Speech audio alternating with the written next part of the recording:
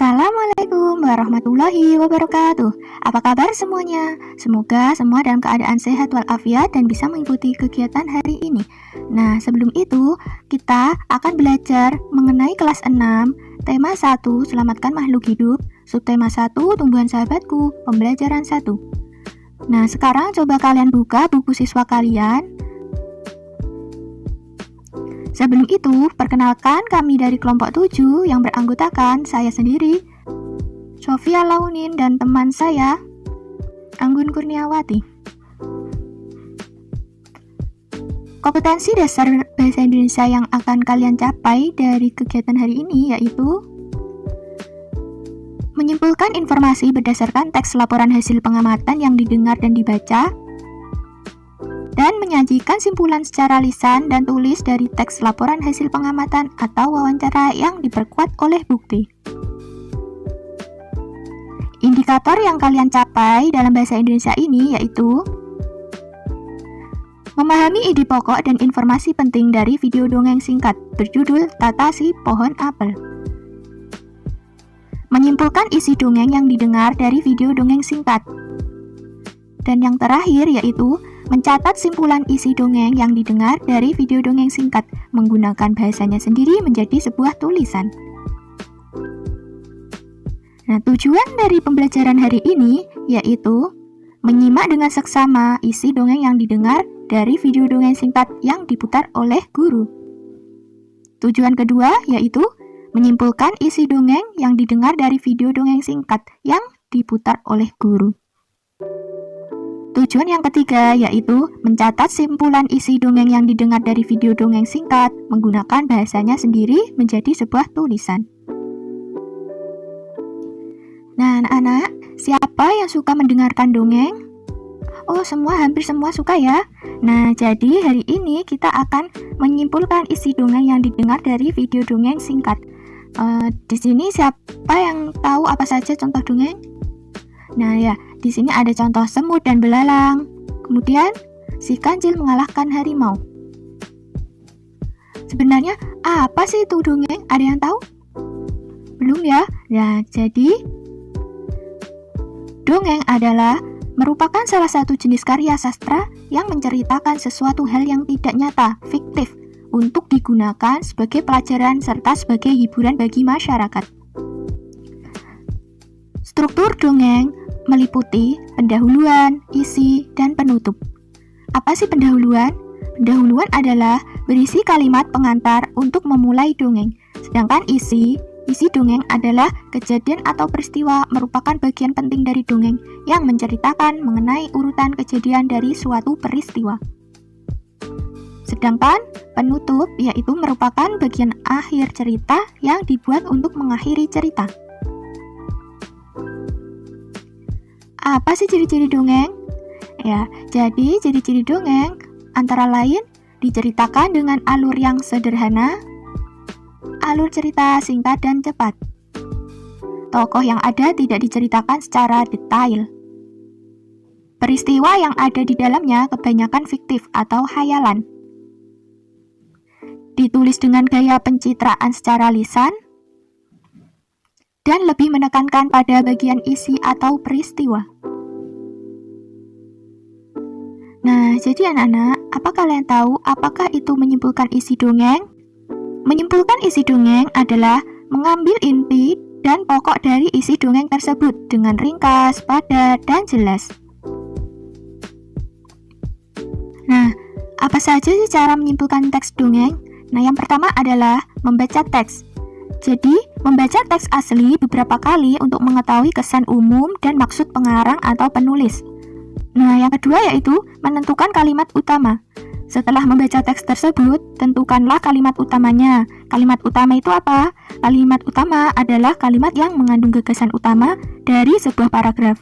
Kalimat utama merupakan kalimat pertama atau terakhir dari suatu paragraf. Gagasan utama adalah pikiran utama atau inti dari sebuah paragraf. Dengan menentukan kalimat utama, kita dapat menyimpulkan isi suatu teks. Yang ketiga adalah buatlah kesimpulan. Jadi, setelah menentukan inti dari paragraf, susunlah kalimat dengan baik agar dapat menjadi sebuah kesimpulan yang benar.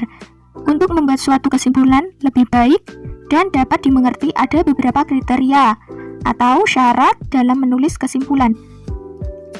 Apa saja syarat menulis kesimpulan? Nah, yang pertama yaitu kesimpulan berupa hasil analisis dari teks yang sudah dibaca. Kemudian, kedua yaitu kesimpulan menggambarkan isi paragraf. Dan yang terakhir, syarat menulis kesimpulan adalah kesimpulan hanya berisi hal-hal yang ada di paragraf. Nah, kali ini ada contoh teks dongeng yang berjudul Kelinci Bersaudara. Pada suatu hari, hiduplah dua saudara kembar yang bernama Kuki dan Koko. Mereka adalah hewan kelinci. Mereka tinggal di sebuah gua tanpa kedua orang tuanya. Suatu ketika, mereka sedang mencari makanan di hutan. Anehnya, si Kuki merasa ada yang mengikutinya. Ia berkata kepada Koko, "Ko, kita sepertinya diikuti oleh hewan lain. Apa kau merasakan itu?" Koko pun menjawab, "Kau benar, Kok. Sepertinya ada seekor serigala mengikuti kita. Ayo cepat lari."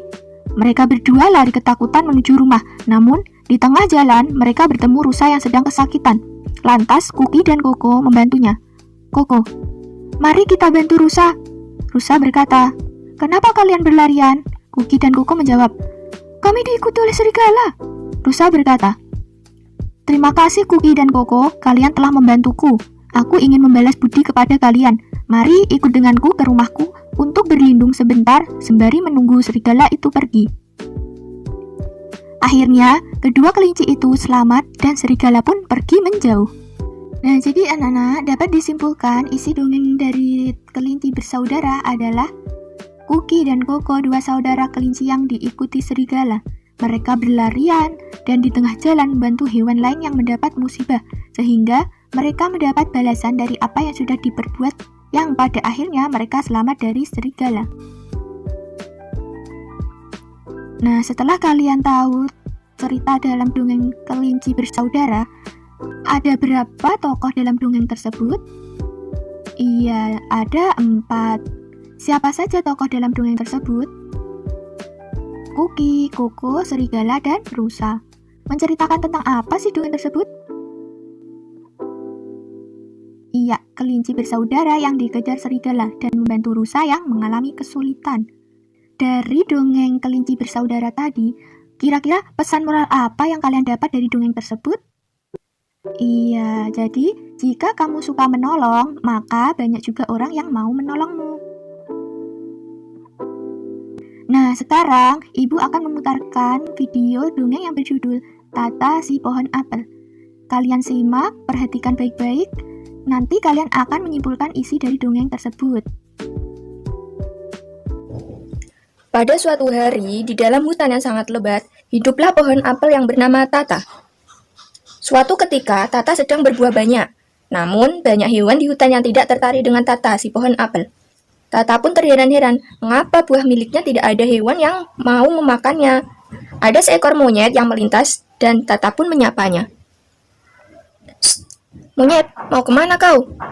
"Hei Tata, aku mau mencari pisang, aku lapar." "Apa kau tak mau memakan buah-buahku ini?"